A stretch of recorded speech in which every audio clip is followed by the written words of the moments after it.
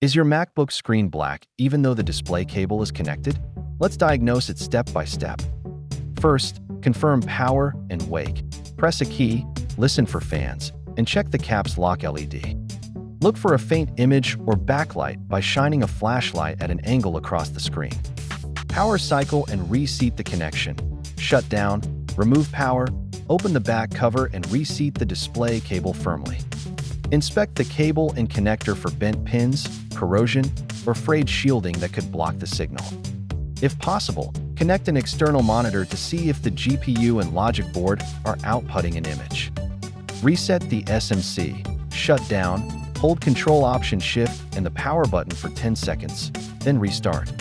Reset the NVRAM. Restart while holding Option-Command-P and R until the startup process repeats. Check for backlight power issues by listening for a faint startup click and repeating the flashlight test. If the external display shows image but the internal remains black, the fault is likely the backlight, display panel, or display cable connection. If cable reseating, resets, and tests don't help, your data is generally safe but hardware repair is required.